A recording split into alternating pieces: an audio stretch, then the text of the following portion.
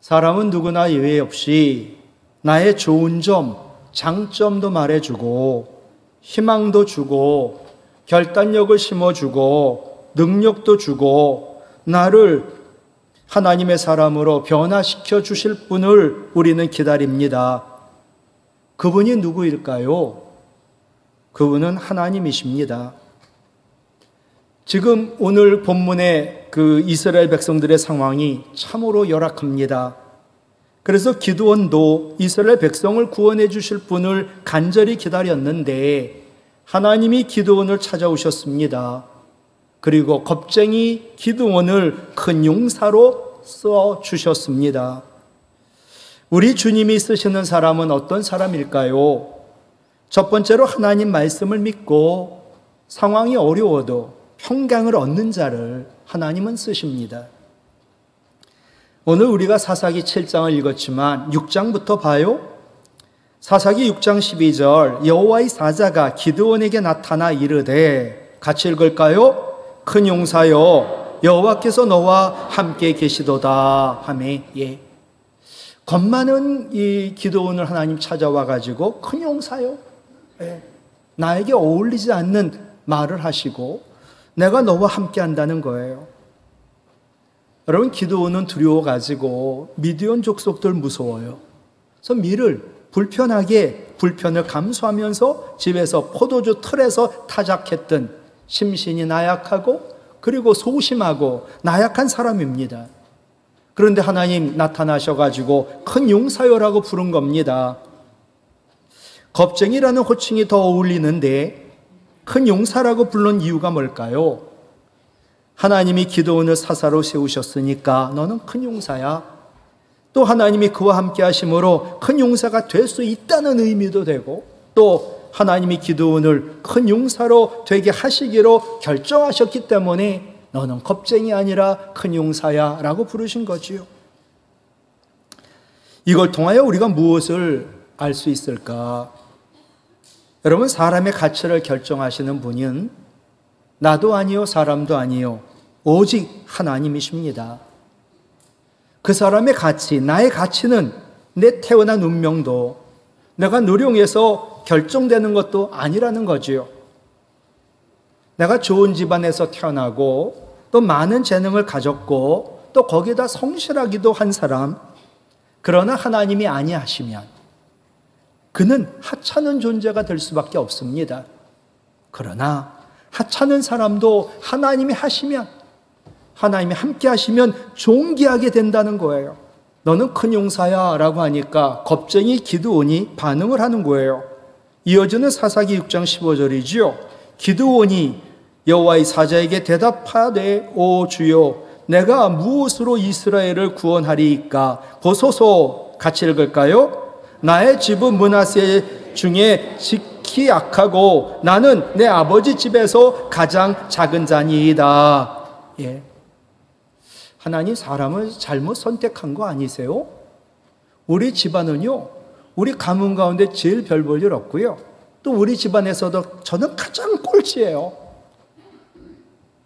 하나님, 내 출신 배경을 아시죠? 내가 살아온 행적도 아시죠? 내 성격이 얼마나 소심하고 겁 많은지 아시죠? 내가 가진 것 없는 것도 보시잖아요. 그러니 저는 주님 말씀하시는 큰 용사가 아니거든요. 그러자 금방 하나님 사사기 6장 16절에서 말씀하세요. 여호와께서 이르시되 같이 읽지요.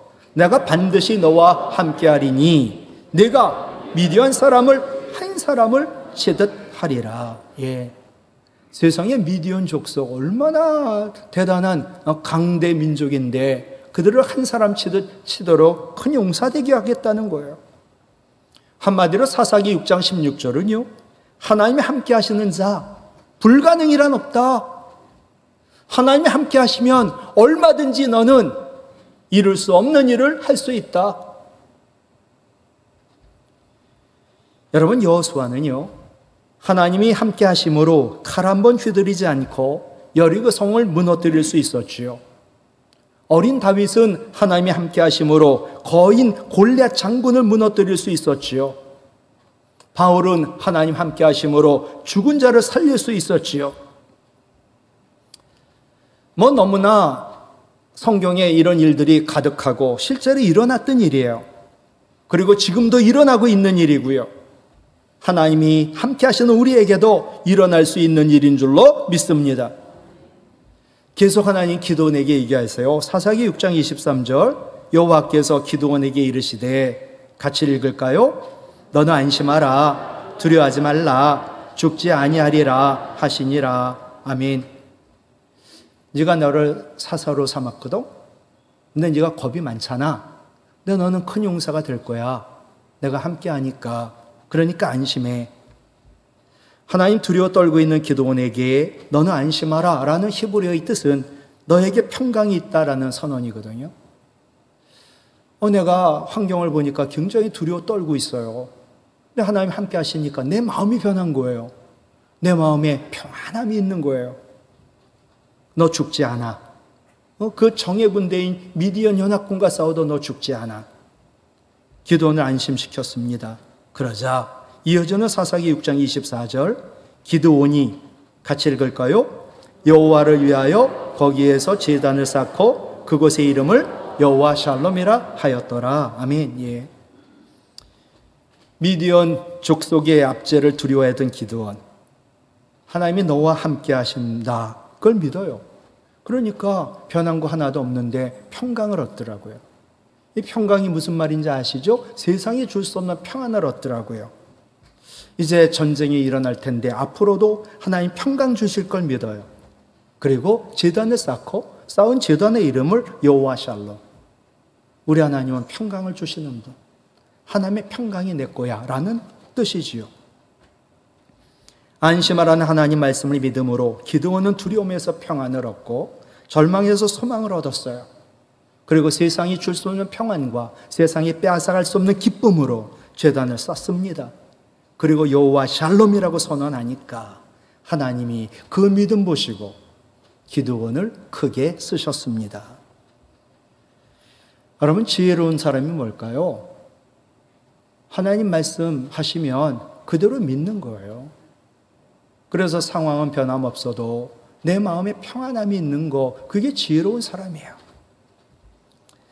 지혜자에게 사람들이 물었죠. 사람들이 당신을 지혜롭다고 하는데 그 이유가 무엇인가요? 그러자 이 지혜자가 말해요. 사람들은 눈에 보이는 것만 보고, 그리고 눈에 보이는 현실만 본다.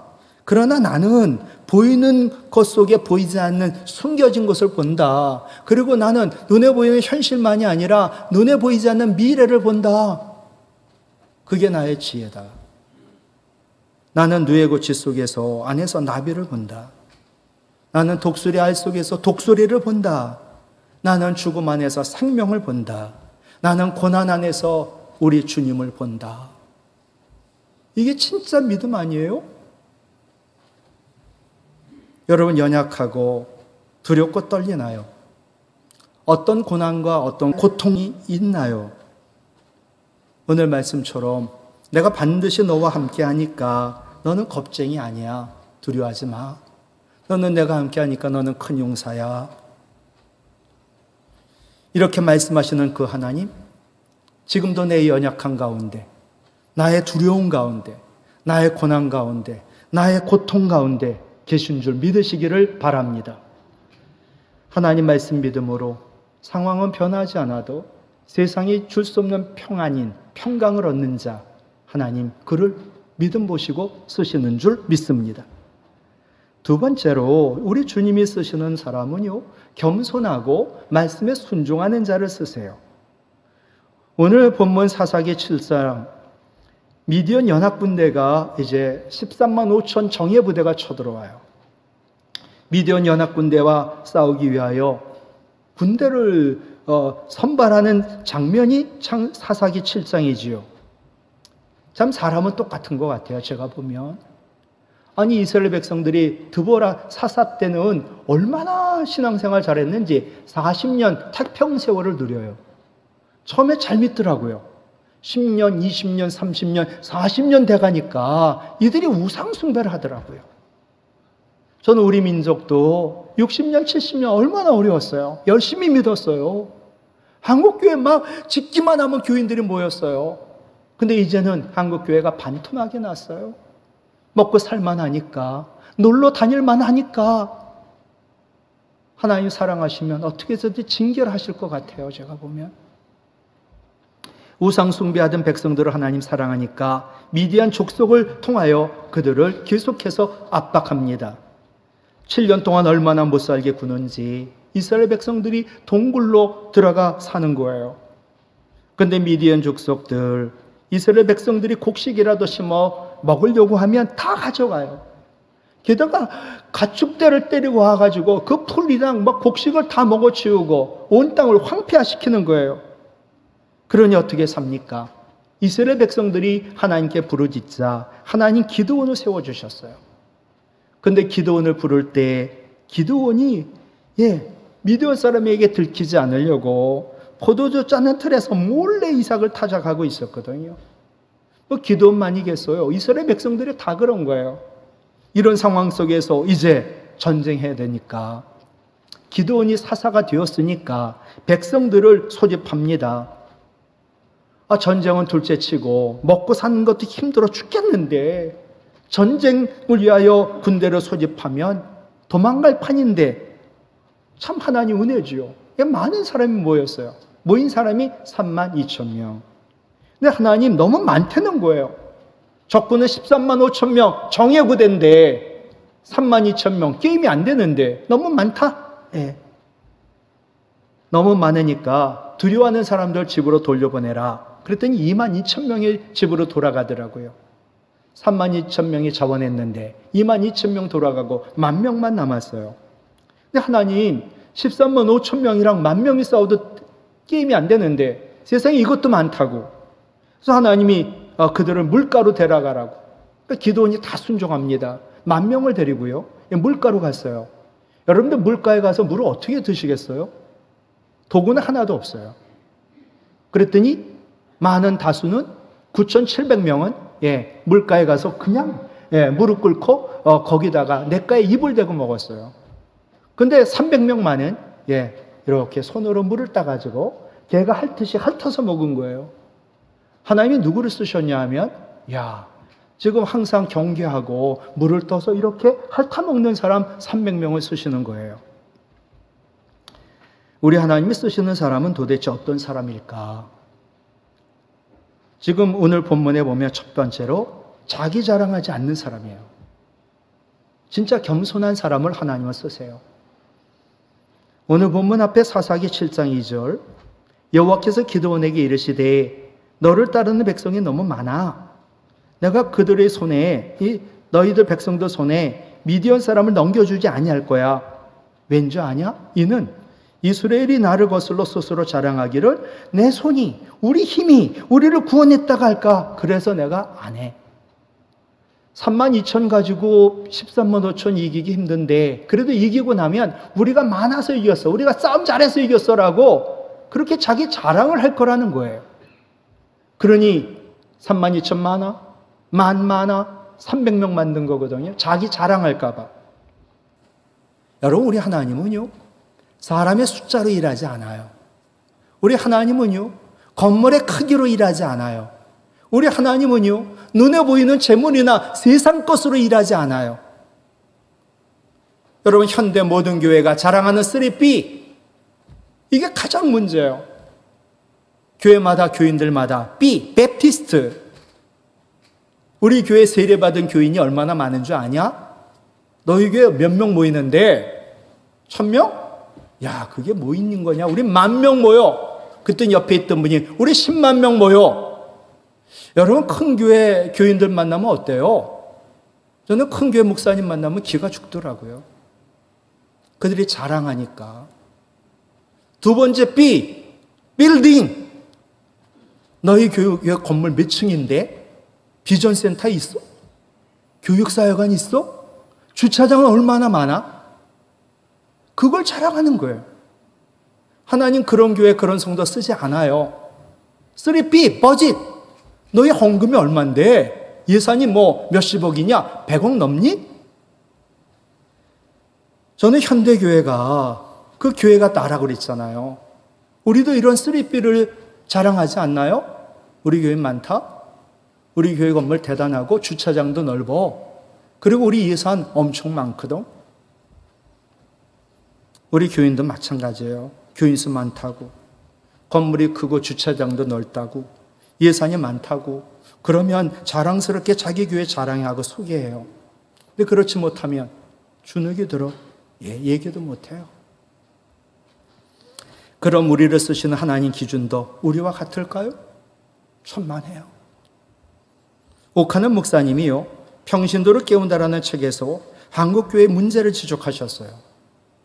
한국교회가 양적 성장에 급급한 나머지 3O를 자초하여 지금 점점 소멸되고 있다. 3O가 뭔지 아세요? 첫째, 허수. 교회 가운데 진짜 교인의 수를 얘기하는 교회가 하나도 없어요. 다 허수. 숫자를 부풀려요. 그게 많으면 뭐 할 건데? 자랑하려고 그래요. 두 번째, 허세. 교인은 10,000명이래요. 근데 사람이 영향력이 없는 거야. 그 교회가 그 근처에 있으면 사람들 괴로워해요. 교통체증만 일어나. 자꾸만 싸워. 허세, 영향력이 없어요. 교인이 많으면 뭐예요? 영향력이 없는데. 세 번째, 허상. 교회 딱 나가면요, 우리 사장님이 크리스찬인가? 우리 부장님은, 과장님은, 간사는 완전히 사람들과 세상 사람과 똑같아가지고 크리스찬의 신상이 없어지는 거예요. 많으냐 적으냐, 크냐 작으냐, 가졌냐 못 가졌냐, 그게 문제가 아니에요. 우리 하나님 기준은요, 하나님이 기뻐하시느냐, 그게 기준이 되어야 돼요. 그런 교회, 그런 성도를 하나님 쓰신단 말이에요. 예레미야 9장 23절로 24절, 여호와께서 이와 같이 말씀하시되, 같이 읽을까요? 지혜로운 자는 그의 지혜 자랑하지 마. 용사는 그의 용맹 자랑하지 마. 부자는 그의 부함을 자랑하지 마. 자랑하는 자는 이것으로 자랑할지니, 뭘 자랑하래요? 곧 명철하여 하나님 아는 거. 나 하나님 안다? 또 나 여호와는 사랑과 정의와 공의를 행하는 분이라고. 그걸 아는 거, 그거 자랑하라는 거예요. 나는 이 일을 기뻐해. 여호와 하나님의 말씀이지요. 예. 여러분, 자기 자랑에 빠지지 마십시오. 내가 어느 학교 나왔다, 내가 어느 회사 다니고, 나는 얼만큼 받는다, 나는 어느 차 타고 다니고, 나는 재산이 얼마나 있다, 나는 어느 곳에 산다. 우리 지혜도 우리 욕망도 우리 부함도 자랑거리가 되면 안 돼요. 또 자랑거리가 되지 못해요. 왜? 하나님 주신 거니까. 우리 자랑은 오직 사랑과 정의와 공의를 행하시는 하나님뿐이지요. 나를 구원하신 예수 그리스도뿐이지요. 그 예수 그리스도의 십자가뿐이지요. 그걸 자랑해야 그 교회를, 그 성도를 하나님 쓰시는 거예요. 300으로 줄이라고. 하나님 의도가 뭐냐? 겸손하라는 거예요. 전쟁은 니네가 하는 거 아니거든. 하나님이 하시는 거야. 그리고 전쟁의 승패는 너희 손에 달려있지 않아. 하나님 손에 달려있어 라고 하는 거지요. 하나님은 나의 지혜, 나의 욕망, 나의 부함을 자랑하지 않고 오직 하나님만 자랑하는, 예수 그리스도만 자랑하는, 예수 그리스도의 십자가를 자랑하는 겸손한 자를 쓰세요. 두 번째, 하나님은 말씀에 순종하는 자 쓰시지요. 기드온 용사들 300명이요, 훈련받은 게 하나도 없어요. 그런데 완벽하게 승리를 거둡니다. 승리한 이유는 하나, 하나님 말씀에 순종했기 때문에. 야, 기드온 겁쟁이지만 너 큰 용사야, 나가. 순종했지요. 군사 모았지요. 많아, 보내. 또 물 먹여. 다 순종했어요. 300명 남았어요. 300명에게 기드온이 17절 말씀이죠. 너희는 나만 보고 내가 하는 대로 하되 내가 그 진영 근처에 이르러서 내가 하는 대로 너희도 그리하라. 하나님 말씀하신 대로 해. 그러면 이겨. 하나님 말씀에 순종하니까요, 이기더라고요. 여러분, 우리가 질병과 고난과 그리고 사탄 마귀와 죄악된 세상과 싸워 승리하고 기적이 일어나는 것은 오직 하나예요. 내 능력, 내 힘으로 되지 않고 하나님 말씀 믿고 순종하느냐에 달려 있어요. 여러분, 예수님이 가장 먼저 이룬 기적이 요한복음 1장 2장 1절로 11절이지요. 혼인잔치집에서 물로 포도주를 만드신 기적을 행하셨지요. 여러분, 예수님 믿으세요? 예수님 믿으세요? 나 같은 죄인을 하나님 자녀 삼으시고 지옥 갈 나를 천국 하나님 백성 삼으신 그 예수님을 믿냔 말이에요. 예수님을 믿는다면 지금도 내 삶에서 물이 포도주가 되는 기적이 일어남을 믿어야 돼요. 그리고 기다려야 돼. 기대해야 되지요. 요한복음 2장에 마리아, 예수님 기적을 행하실 걸 믿었지요. 또 기대했기 때문에 그 포도주 떨어진 문제를 예수님께로 가져 나올 수 있었고, 또 예수님께로 문제를 가져왔기 때문에 물이 포도주가 되는 기적이 일어났던 것이지요. 저는 하나님 기적이 필요하지 않은 사람은 한 사람도 없다. 나에게도 기적이 필요하고, 우리 부모님에게도 기적이 필요하고, 우리 자녀에게도 기적이 필요하고, 우리 손주에게도 기적이 필요하고, 우리 교회에도 기적이 필요하고, 이 나라 이민족에도 기적이 필요해요. 근데 기적이 일어나려면 조건이 있어요. 하나님 말씀 순종해야 되는데, 그러기 위해서 필요한 건 예수님을 우리 주인으로 삼아야 돼요. 여러분, 주인은 둘이 될 수 없어요. 내가 주인이냐, 아니면 사탄 마귀가 주인이냐, 그리고 우리 주님이 주인이냐. 예수님 포도주가 떨어졌을 때 처음에는 기적을 행하지 않으시려고 했어요. 그리고 마리아가 예수님께 문제를 얘기하자 마리아에게 얘기하죠. 그것이 나와 무슨 상관이 있냐고. 내가 기적을 일으킬 때가 이르지 않았다고. 근데 마리아는 이 문제를 예수님의 주인 되심으로 풀었어요.